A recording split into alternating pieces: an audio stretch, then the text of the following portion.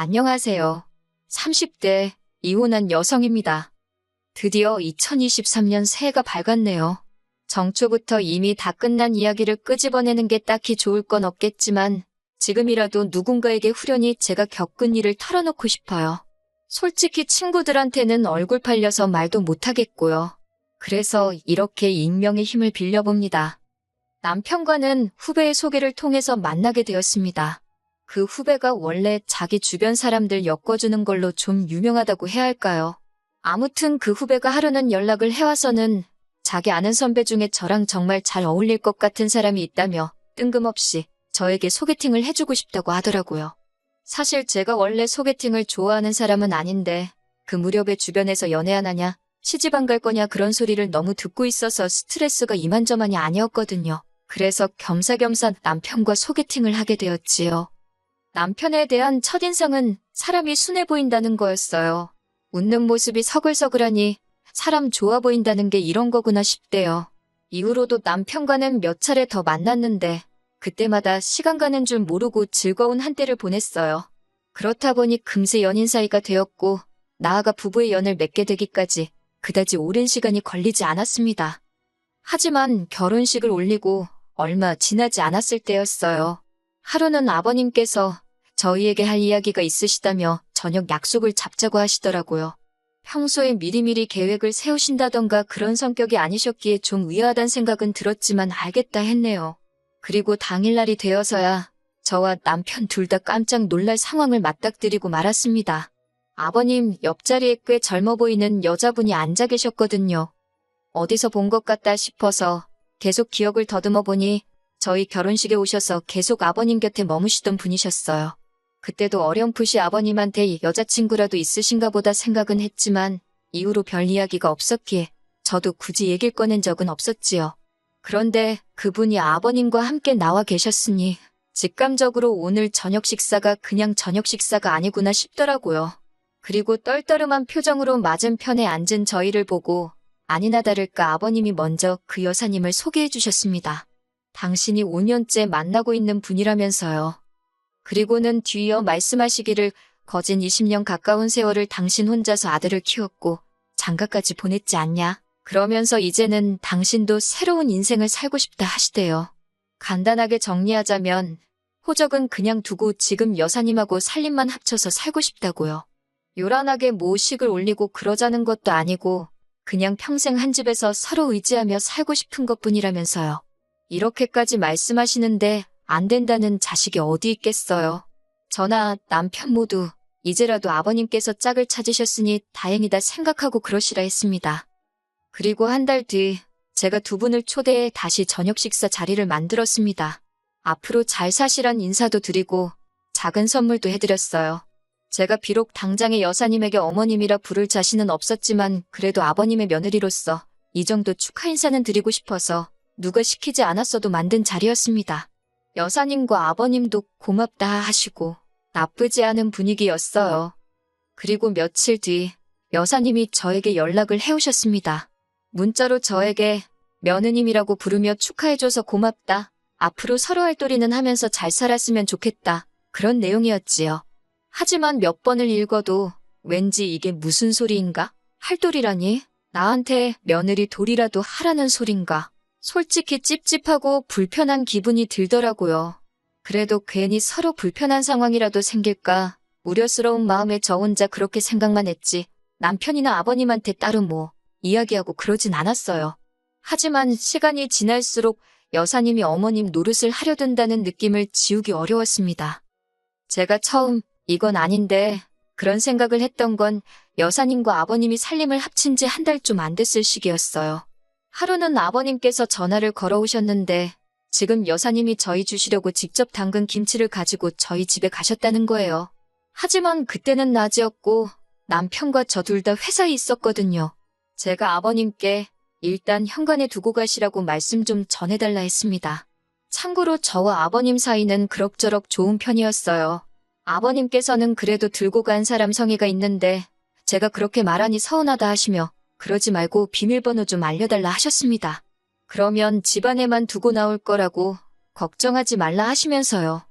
아버님께서 그렇게까지 말씀하시니 계속해서 안 된다 하기도 어려웠습니다. 그래서 집에 가면 비밀번호를 바꿔야겠다. 그렇게만 생각하고 일단 비밀번호를 알려드렸어요. 그런데 그게 화근이었지요. 다음 날 여사님이 저에게 며느님이라고 부르며 문자를 보내셨더라고요. 어제 김치를 두고 가려다 우연히 저희 집 냉장고를 열어보게 되셨다면서 아무리 젊은 사람 둘이 산다고 해도 집에 먹는 게 너무 부실한 것 같다고요. 특히 아드님, 그러니까 저희 남편 말씀하시는 거예요. 아드님은 남자고 바깥일도 해야 하는데 그렇게 부실하게 먹게 하는 건 아닌 것 같다고. 요새 날도 춥고하니 국이나 찌개 정도는 챙겨주면 좋겠다나요? 그 문자를 읽는데 정말 어이가 없고 황당하더라고요. 저나 남편 둘 다 직장 생활을 하다 보니 사실 집에서 뭔가 해먹는 일이 드문 편이긴 합니다. 특히 저는 평일 대부분의 식사를 회사에서 해결할 만큼 일이 바쁘고 야근도 잦아요. 그렇다 보니 저녁을 먹더라도 남편 혼자 챙겨 먹어야 하는 일이 많은데 자기는 곧 죽어도 요리해서 차려 먹고 그런 건 못하겠다 하더군요. 그렇다고 제가 미리 챙겨주고 그럴 여유도 없었으니 그럼 당신이 알아서 챙겨 먹으라 했습니다. 막말로 제가 남편이 벌어다주는 생활비를 타쓰는 것도 아니고 남편이 3살 난 어린아이도 아니니 그 정도는 알아서 할 수 있겠다 싶었으니까요. 그리고 실제로 이러한 생활 방식에 저도 남편도 아무런 불만이 없었습니다. 여사님으로부터 문자를 받고 확 받아칠까 하다가 그래도 처음이고 하니 저희가 맞벌이고 남편과도 다 이야기가 된 부분이라고 예의 바르게 하지만 확실히 알아들으시게끔 답장을 보내드렸습니다. 하지만 이후로도 계속 일주일에 한두 번꼴로 며느님으로 시작하는 문자는 멈추지를 않았어요.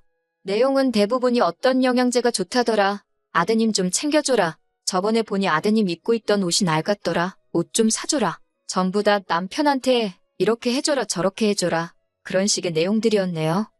그렇게 한 6개월쯤 지났을까요? 견디다 못한 제가 남편에게 여사님이 사사건건 별의별 걸 다 간섭하셔서 지친다. 너무 피곤하다고 털어놓았습니다. 그러자 남편은 오히려 여사님이 당신이랑 친해지고 싶어서 그런 것 같다며 제가 먼저 살갑게 어머님 하고 연락도 드리고 그래보라더군요. 어이가 없어서 결국 남편도 별 도움이 안 된다 싶어서 이후로는 남편에게 여사님에 대한 이야기는 아예 꺼내지도 않았어요. 그때그때 상황에 맞춰 제가 능글능글하게 넘기기도 하고 앞에선 알겠다 하고 뒤에선 그냥 제 멋대로 하고 그런 식으로 버텨냈다고 할까요? 하지만 그런 여사님과 제 사이는 결국 틀어지고 말았습니다. 상황의 결정적인 시작은 바로 여사님의 임신이었어요. 아버님과 여사님이 살림을 합친 지 1년이 채 되지 않아서 벌어진 일이었네요. 솔직히 여사님은 40대 중반이었지만 아버님은 거의 60을 바라보고 계셨기에 임신이라던가 그런 걱정은 하지 않았었거든요. 그런데 이건 뭐 울어야 할지 웃어야 할지 솔직히 남사스럽다는 생각도 들고 머릿속이 복잡하더군요. 하지만 여사님의 임신 자체가 문제가 아니었습니다. 문제는 임신 이후로 달라진 여사님의 태도에 있었지요.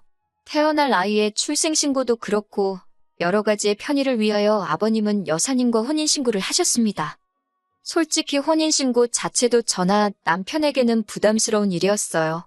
그런데 더 부담스럽고 불편했던 건 여사님이 어머님이라 불리기를 원하셨다는 거예요. 당신은 어머님으로 그리고 앞으로 태어날 아이는 아가씨든 도련님이든 맞는 호칭으로 불러달라 하시대요. 제가 이상한 건지 남편을 낳아주신 분도 키워주신 분도 아닌데 어머님 소리라니 가당치도 않다고 느꼈고 그것도 부족해서 아가씨는 뭐고 도련님은 뭔지 여러 가지로 껄끄럽고 그렇더라고요. 하지만 여사님의 요구는 거기서 끝이 아니었습니다. 여사님이 임신을 하고 얼마 지나지 않아 저는 저대로 회사를 관둬야만 했어요. 남편이나 저 역시 아이를 가지려고 준비를 하면서 제가 건강검진을 받게 되었는데 뜻하지 않은 소식을 듣게 되었거든요. 면역력이 떨어져 있는 것도 문제였고 무엇보다도 갑상선 쪽에 이상이 보여서 당분간 무조건적인 안정을 취하라는 의사의 소견이 있었습니다.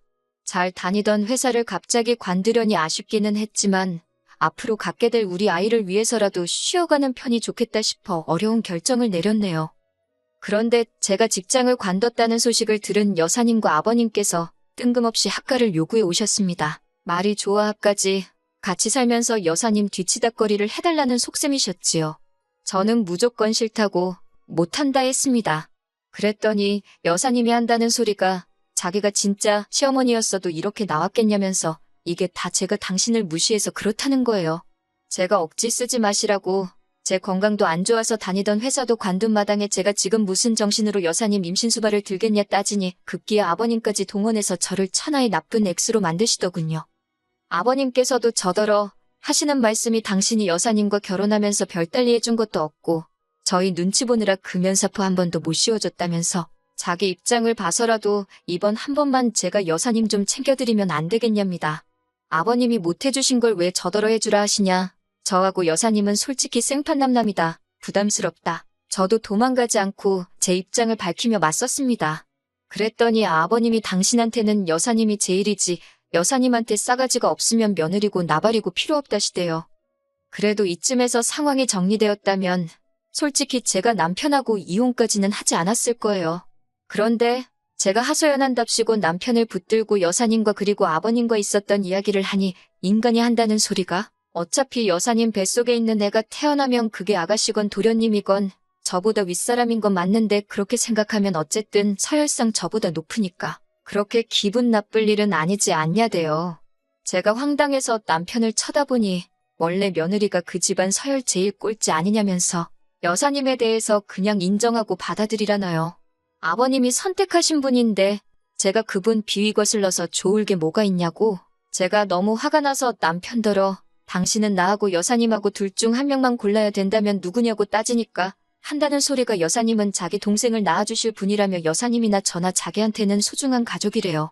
그러면서도 피는 물보다 진하다잖아. 그러는데 그제서야 저도 망치로 뒤통수를 한 대 맞은 듯 느낌이 딱 오더라고요. 여자고 남자고 누구 하나 태어나면 저쪽은 한 가족이랍시고 똘똘 뭉치고 나만 서럽고 고달픈 신세가 되겠구나 싶은 거요. 그리고 그런 생각이 한번 들기 시작하니 걷잡을 수가 없더라고요. 어쩌겠어요. 결국 남편더러 이혼하자 했습니다.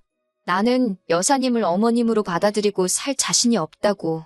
그리고 이 이야기가 아버님 귀에도 들어갔는지 노발대발 난리를 치시대요. 제가 뭔데요 어머님으로 받아들이고 어쩌고 하느냐고요. 결국 제가 아버님께도 서로 선만 지키고 살면 이럴 일이 없었을 텐데 두 분이 먼저 도가 지나치셨다고 말씀드렸지요. 그 여사님이란 분은 뭐 당연히 이혼할 테면 하란식이셨고요.